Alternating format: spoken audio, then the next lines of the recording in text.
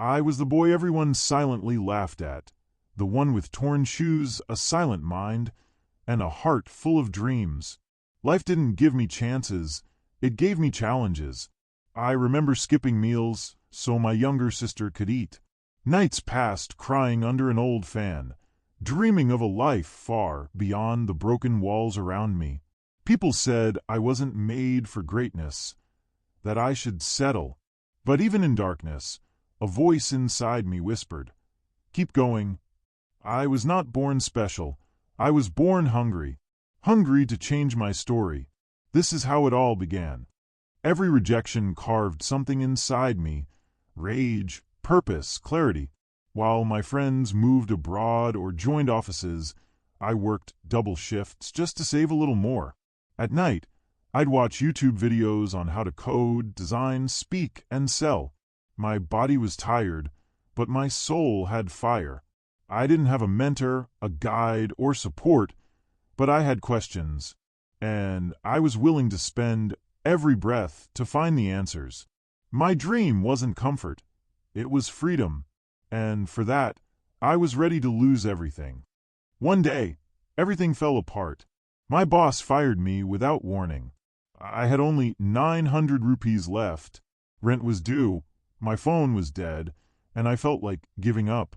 I sat outside a closed cafe for hours, staring into space.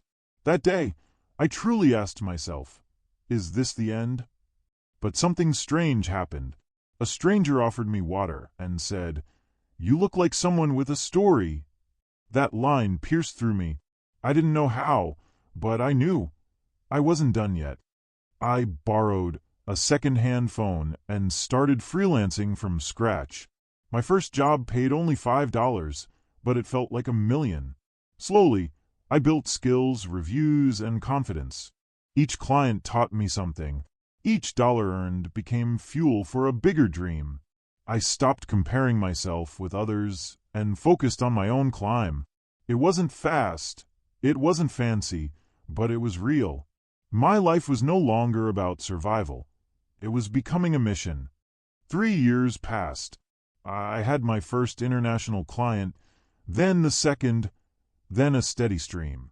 I moved out, rented a tiny apartment, and bought my first proper desk. For the first time, I didn't wake up with fear. I woke up with purpose. The same people who ignored me started asking for advice. I still remembered the pain, but now I wore it like armor, because that struggle made me who I am today. Success looked good on the outside, but it was lonely on the inside. Friends I thought were forever stopped calling.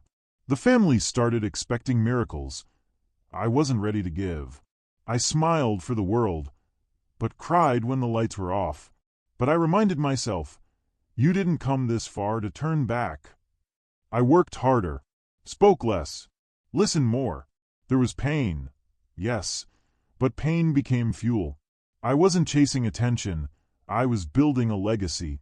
One night, I got an offer, $1,000 upfront, to design a website in 48 hours. No team, no help, just me and a deadline. I could have said no, but I said yes. I didn't sleep for 2 days. My hands shook, my eyes burned. But when I delivered the project, the client said, "This is world-class." That one risk changed everything. It taught me something. Comfort zones never made legends. With growing confidence, I started sharing my journey online. Not the glamour, just the truth. People started relating, connecting. Strangers messaged me. Your story gave me hope.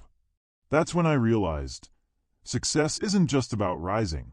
It's about pulling others up with you. Every story I shared became a mirror for someone else's pain. And in healing them, I was healing myself too. Even after success, failures didn't stop. I lost clients. I made bad decisions. A business idea failed miserably. For a while, I felt like I was back at zero.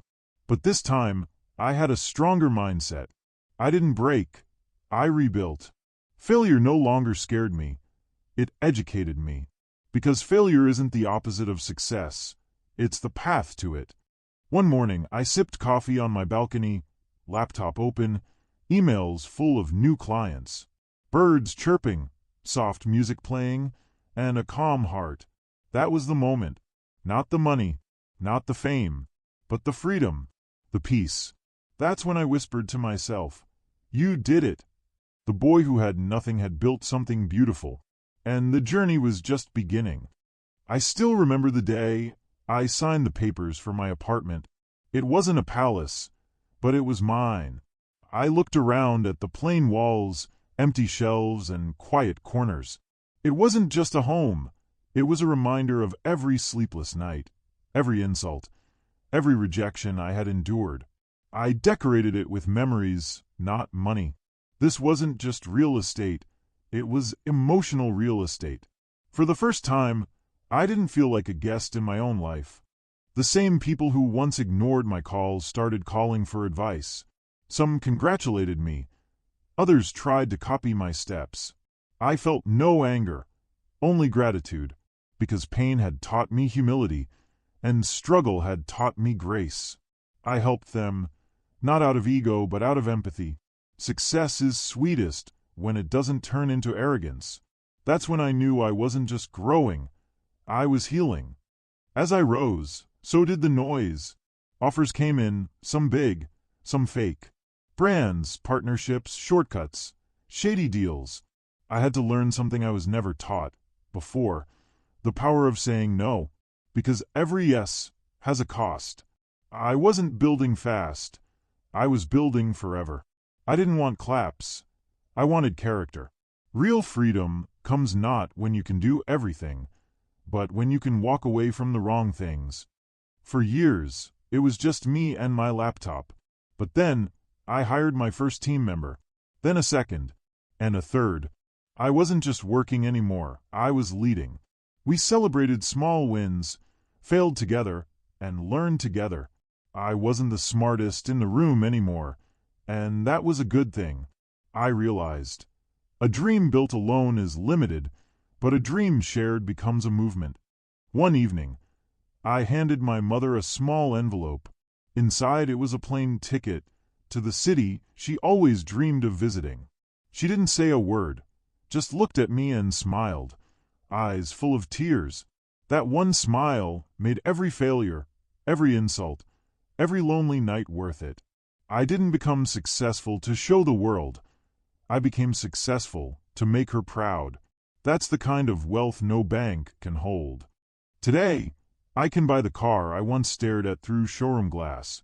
But I don't chase luxury. I chase legacy. I want my story to be a fire starter for thousands of silent dreams. I want someone watching this to whisper, if he did it, maybe I can too. Because I'm not here to impress. I'm here to remind you. No matter how broken your start, your ending can still be beautiful. This story isn't just mine, it could be yours.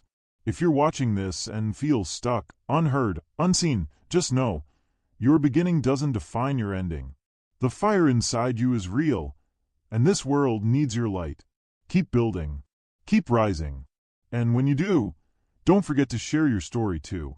And if this journey moved something in you, please subscribe to BillionX.